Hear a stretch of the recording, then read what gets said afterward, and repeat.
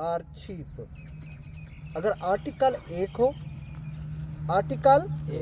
हो और उसके साथ चीज़ें दो हों या दो क्वालिटीज़ हों, दो एडजेक्टिव हों, तो वो एक ही चीज़ की खूबियाँ होती हैं दो, तो वो वहद के तौर पर इस्तेमाल होता है।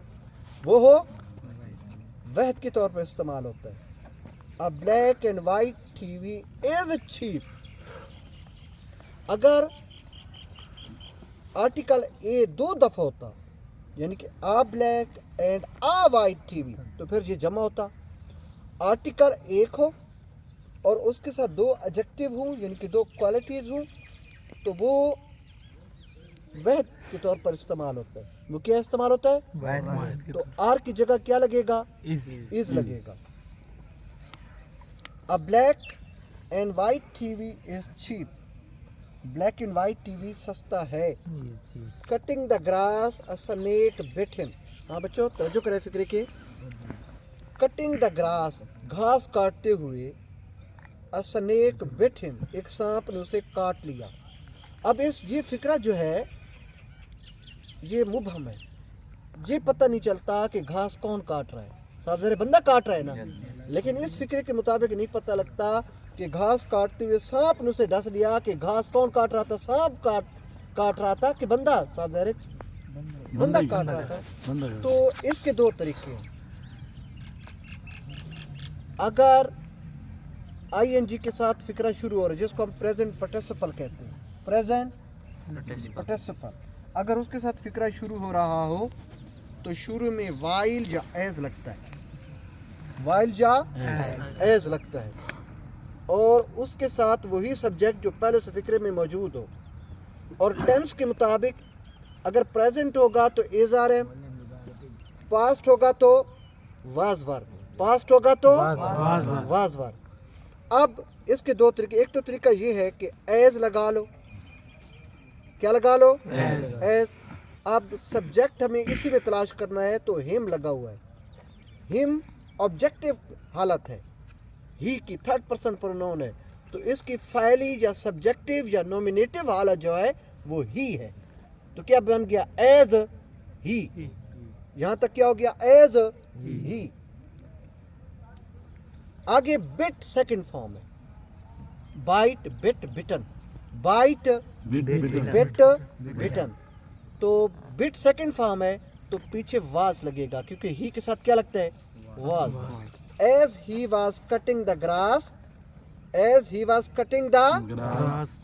अब अ स्नेक बिट हिम, ये एक्टिव एस का है, इसको पैसिव एस में बदल देंगे। हिम शुरू आखिर पे ऑब्जेक्ट है, वो शुरू में आएगा तो उसकी सब्जेक्टिव या नॉमिनेटिव हालत लगेगी। तो हिम की फैली हालत है ही, आगे लगेगा वाज, बिट सेकंड फॉर्म है, तो सेकंड फॉर्म हो तो पैसिव वॉइस में बदलते हैं तो क्या लगता है? वाज वर।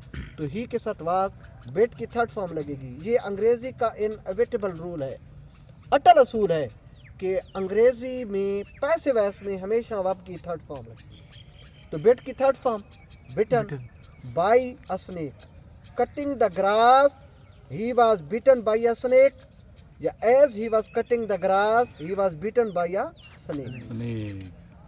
अगला फिक्रा, opening the door a handle was broken, दरवाज़ा खोलते हुए उसका जो दस्ता था, हैंडल, वो टूट गया। Opening the door, opening the door a handle was broken, opening the door. आगे पैसिव ऐसे तो उसको एक्टिव ऐसे में बदल देंगे, फ़ैल अपनी तरफ से लगाएंगे। अब आपकी मर्जी है, जो भी फ़ैल लगाओ, आई लगा लो, वी लगा लो, ही लगा लो, शी लगा लो, दे लगा लो। जो ये पर्सनल प्रोनाउन जो है 7 होते हैं कुल, he she it third person pronoun, you second person pronoun, I और वी ये फर्स्ट पर्सन प्रोनाउन है। तो इट के अलावा जो भी आप पर्सनल प्रोनाउन 6 लगा में से कोई भी आप लगा सकते हैं। ही लगा लो, ही। अब वाज ब्रोकन तो जब एक्टिव एस में बदलेंगे तो सेकंड फॉर्म लगेगी, पास्ट इंडेफिनिट है। He broke the handle, opening the door he broke the handle, दरवाज़ा खोलते हुए उससे उसका जो हैंडल था दरवाजे का दस्ता वो टूट गया। Opening the book the lesson was learned, किताब खोलकर सबक याद किया गया। अब सबक किसने याद किया, कोई पता है? तो फ़ैल लगाना है। अब फिर आपकी मर्ज़ी है कि जो कोई भी प्रोनाउन आप प्रोनाउन लगा सकते हैं लगा लें। फ़ैल आपका मर्ज़ी का, ही लगा लें, शी लगा लें, आई वी यू, आपकी मर्ज़ी है। तो इन्होंने शी लगाया है, लेकिन आपकी मर्ज़ी है। ओपनिंग द बुक, शी, अब पास्ट इंडेफिनिट में सेकंड फॉर्म लगेगी, वाज ख़त्म हो जाएगा। Learned the lesson, opening the book she learned the lesson, किताब खोलकर उसने सबक याद किया। He had not met me 2 days ago, अब फिक्र के आखिर में अगो है। 3 लफ्ज़ बच्चों, अगो, यस्टरडे और लास्ट। ये 3 लफ्ज़ों तो पास्ट इंडेफिनिट टेंस होता है, वर्ब की सेकंड फॉर्म इस्तेमाल होती है। और पास्ट इंडेफिनिट नेगेटिव हो तो डिड नॉट और वर्ब की फर्स्ट फॉर्म, डिड नॉट और वर्ब की फर्स्ट फॉर्म। अब फिक्र कैसे बनेगा? He did not meet me 2 days ago, वो 2 दिन पहले मुझे ना मिला। She is one of those who is liked by me, who relative pronoun है। who क्या है? relative pronoun, जिसको इसम मौसूला कहते हैं। ये फिक्रे में इजाफे के लिए इस्तेमाल होते हैं। अब who जैसा कि relative pronoun है, ये किसी न किसी नाउन प्रोनाउन के साथ रिलेट होता है। अब ये who यहाँ किसके साथ लगा हुआ है? दोस्त के साथ लगा हुआ है। दोस्त जो है वो दैट की जमा है, तो हु क्योंकि दोस्त को रिलेट कर रहा है तो दोस्त जमा है, तो इसके बाद जो हेल्पिंग वर्ब होगा वो जमा के हिसाब से होगा। तो इस नहीं लगेगा, क्या लगेगा? आर। दोस्त के साथ क्या लगता है? आर। फिक्र कैसे बनेगा? She is one of those who are liked by me, वो लड़की उनमें से एक है जो मुझसे पसंद की जाती है। She prevented me to go there, prevent रोकना, जब भी किसी को किसी काम से रोकना हो ना, prevent, protect, stop, refrain, abstain, तो इनके बाद फ्रॉम लगता है। क्या लगता है? From. Absent from, stop from, refrain from, abstain from, protect from, prevent from. To के अलावा जितनी भी प्रपोजिशन है, टू तो इन्फिनेटिव है ना, टू क्या है? इन्फिनेटिव का मतलब है टू और वर्ब की फर्स्ट फॉर्म, टू और वर्ब की ये तो हो गया इन्फिनेटिव। इसके अलावा जितनी भी प्रपोजिशन है, फ्रॉम, ऑफ, ऑन, उसके बाद जेरेंड लगता है। क्या लगता है? जेरेंड क्या है?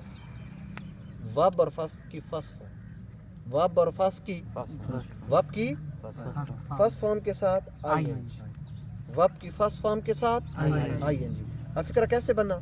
She prevented me from, आगे गो के साथ क्या लगेगा? ING। क्या बनेगा? going।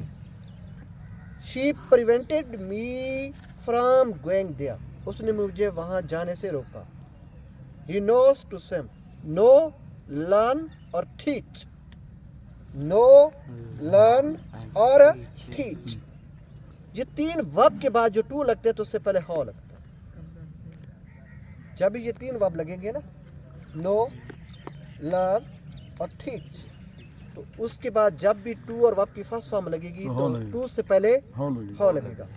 He knows how to swim, he knows how to swim, उसे तैरना आता है, उसे तैरना आता है। अली लुक्स हैप्पीली, अली खुश नजर आता है। अच्छा बच्चों, यह हैप्पीली यहाँ एडवर्ब है। हैप्पीली यहाँ क्या है? एडवर्ब। जो वर्ब हवा से खमसा को ज़ाहिर करते हैं, 5 सेंसेस को ज़ाहिर करते हैं, देखना, सुनना, चखना, महसूस करना, ये हवा से खमसा वाले। जो वर्ब सेंस को ज़ाहिर करता है उसके बाद एडवर्ब नहीं लगता, एडजेक्टिव लगता है। तो हैप्पीली एडवर्ब है तो इसका एडजेक्टिव हैप्पी लगेगा। फिक्र कैसे बनेगा? Ali happy, Ali looks happy, Ali खुश खुश नजर आते हैं। नजर आना किसको ज़ाहिर करता है? इसका ताल्लुक किससे है? विजुअल से है। किससे है? विजुअल इमेजरी है। Test of seeing, sorry, sense of, visual sense से है इसका ताल्लुक। सेंस ऑफ सीइंग, देखने की हिस के साथ इसका ताल्लुक है। तो वहाँ से खमसा में से है तो उसके साथ एडजेक्टिव लगेगा। हैप्पी लगेगा ना कि happily. Ali looks happy, Ali खुश नजर आते हैं। He is feeling hunger, feel महसूस करना, फील महसूस करना, ये फिर क्या है? सेंस ऑफ फीलिंग है, सेंस ऑफ फीलिंग है, जिसको हम टेक्टाइल इमेजरी कहते हैं।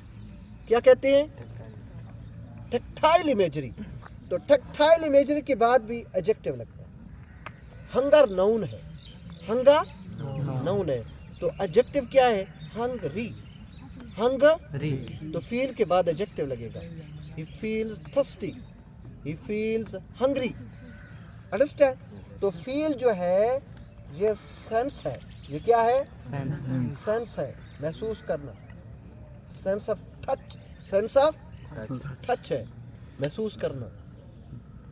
तो इसके बाद एडजेक्टिव लगेगा। He is feeling hungry, he is feeling hungry. वो उसे भूख लग रही है, वो भूख महसूस कर रहा है। Success is consisted in hard work. Consist मुश्तमिल होना, ये हमेशा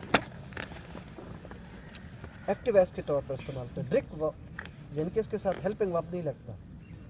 अब ये बनेगा कि सक्सेस कंसिस्ट्स, सक्सेस कंसिस्ट्स, कामयाबी मबनी होती है, मुश्तमिल होती है, शामिल होती है।